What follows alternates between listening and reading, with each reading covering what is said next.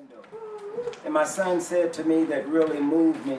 He said, "Dad, it looked like you're in a prison." I said, "No, son, I'm not in a prison. My spirit is free, and I can soar by just looking out the window." So when I sit there at the head of the table and I look out at that big window there, my mind is able to travel around the world. And I'm not limited to space, you know, like, or confined and everything. So I've learned to just look beyond, you know, of where I am or my circumstances to focus in on some other thing. So people are shocked, and I try to divert people's conversation from me. I do it purposely, so it won't talk about me, but I talk about you. But remember, I pegged you on that one. Yes, you did. You did. I did. You did. I said, hey, what about you? Yeah, you did. You always reminded me. Yeah. Absolutely. And I just, I got tired, if I can use that word very mildly, I know the concern of people, but I got tired of people saying, "Well, how are you doing this? How are you doing that?" And so I thought about what could I say that wouldn't be offensive, but yet and still is a positive response. And that was that every day is a miracle. And even to this day, every day is a miracle. That I'm able to wake up and do something that I didn't think that was possible again. And I know that God raised me up to finish my ministry, praise God, and to touch as many lives as I possibly can, and that's without a doubt. Because before 2007, my wife and I, we were heading for Atlanta, Georgia. And we had all packed up and everything, and I had finished my ministry in Las Vegas.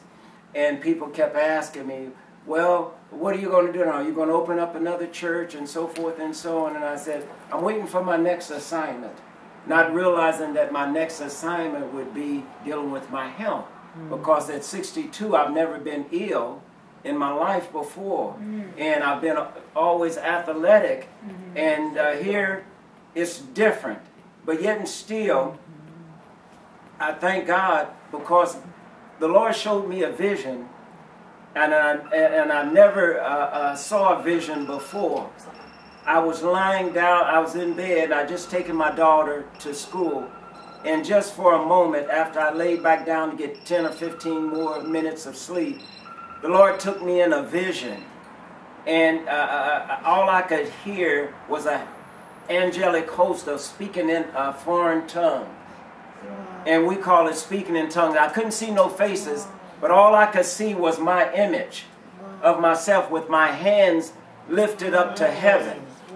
And just, I heard all the noise, and I could hear myself in my sleep speaking to the Lord directly. There was a laser of light that I saw as I lifted up my hands, and it went from the top of my head all the way through my body. This is before I went into the hospital on March the 16th, 07. And the Lord reassured me, "I've healed you, but you have to go through the process." And I didn't understand that at that beginning. But since then, into the 16th, it was 4 years. It's been a process so people can see the process of the healing. Miracles are done instantaneously. And then there's some miracles that are done gradually so people, it can bolster people's faith. And that's how it was and how it is.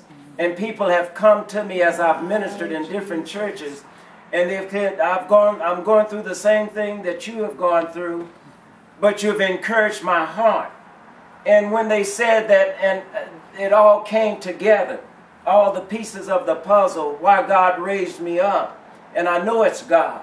And I thank God for the doctors and the nurses, because I had a super team that God put together, and He let me know the reason why my wife and I wasn't going to Georgia. If I had have taken ill down there, I don't believe that I would have gotten the same care as I got in Kaiser and the nurses and so forth. So I praise God for that. But I wanted to share that, and a book is coming. You pray for me. A book is coming. My story and other stories have to be told.